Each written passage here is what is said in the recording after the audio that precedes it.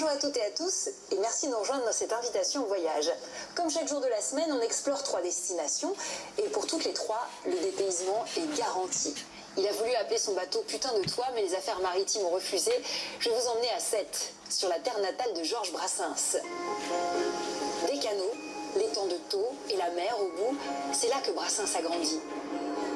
C'est à Sète qu'il s'est forgé son âme de poète. On le chante au Japon, à La Réunion, en Italie, mais c'est à Sète qu'on le fredonne avec le plus gros pincement au cœur, Brassens. Il est né ici et vous allez voir toute son œuvre garde des embruns méditerranéens.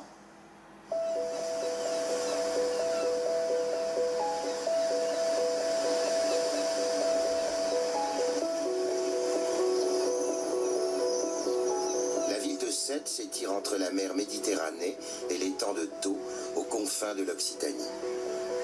On la surnomme aussi l'île singulière.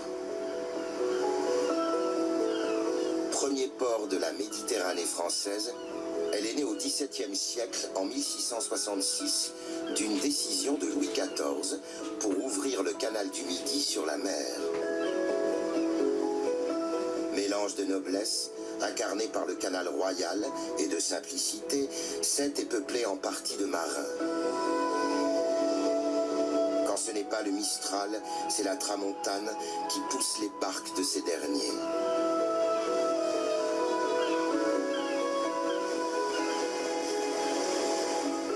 La cité portuaire a accueilli des générations d'immigrés, et notamment des Italiens. Et l'une de ces familles a donné naissance à Georges Brassens. Celui qui a réinventé la chanson française a grandi ici, durant les années 20. À Sète, il devient fripon, un peu voyou même, mais aussi poète. Il connaîtra la gloire dès les années 50 à Paris. Mais ni le succès ni les honneurs ne viendront entacher sa formation sétoise, ni lui faire oublier que cette ville l'a un jour rejeté. Son verbe provocateur, ses mots parfois crus mais choisis, sa pensée libertaire ont donné corps à une œuvre magistrale, près de 200 chansons. Le polisson de la chanson y distille l'esprit de Sète, avec des curés, des filles au grand cœur ou au joli sein, des mégères et des maris cocus, avant d'immortaliser sa ville natale dans sa supplique pour être enterré à la plage de Sète. Quand mon amour a pris son vol à l'horizon, vers celle de Gavroche et de Mimi Pinson, celle des Titi, des grisettes, que vers le sol natal, mon corps soit ramené dans un sleeping du Paris Méditerranée, terminus en gare de Sète.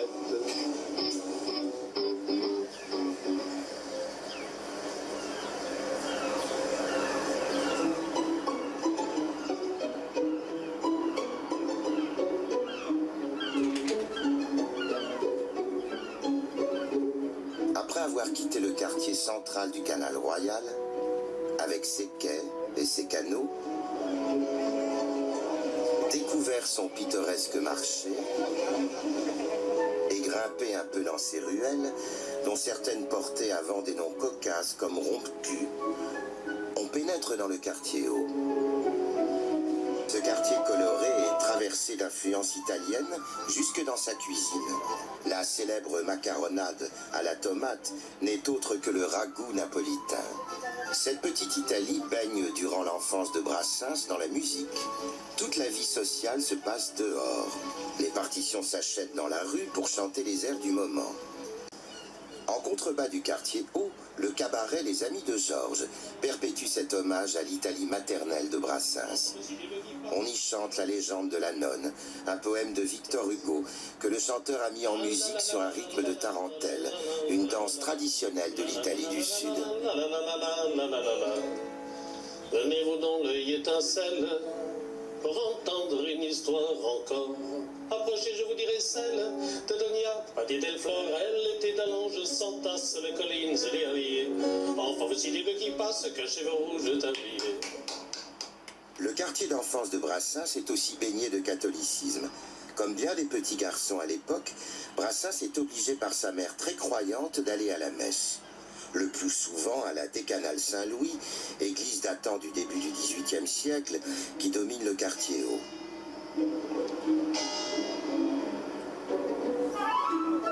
L'œuvre de Brassens en sera marquée, mais sous la forme d'une révolte, quelques années plus tard.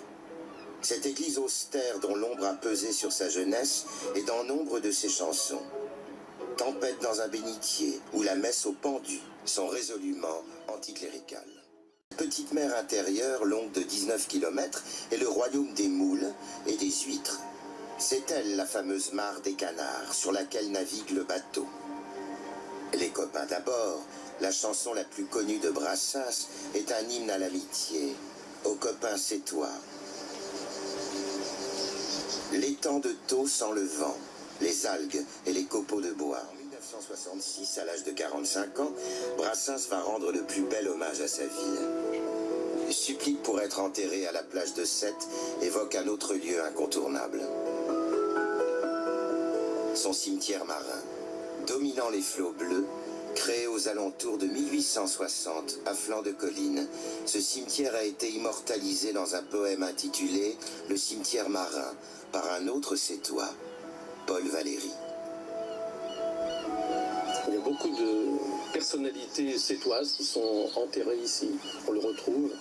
On voit des chapelles, des caveaux. On voit qu'il y a beaucoup d'argent ici. Voilà, c'est pour ça qu'on l'appelait le cimetière des riches, quoi. Le poète Paul Valéry y repose, dans une tombe située vers le haut du cimetière marin. Quand on regarde l'œuvre de Georges Brassens, on sait que le poète qui l'a inspiré, ça a été Paul Valéry. C'est on va dire, le maître du maître. Même si je dis que maître, l'appellation l'aurait sûrement gêné, parce qu'il était modeste. Déférence gardée envers Paul Valéry. Voilà le troubadour, sur lui je renchéris. Le bon maître me le pardonne, mais qu'au moins si ses vers valent mieux que les miens, mon cimetière soit plus marin que le sien, que n'en déplaise aux autochtones. Comme il le chante dans sa supplique, Brassens souhaitait être enterré en toute liberté sur une plage sétoise. Ce sera la plage de la Corniche, à une demi-heure à pied du cimetière marin. Protégée par une grande digue, cette plage de sable appartient néanmoins à tous les Sétois. Cette tombe en sandwich entre le ciel et l'eau ne donnera pas une ombre triste au tableau, mais un charme indéfinissable.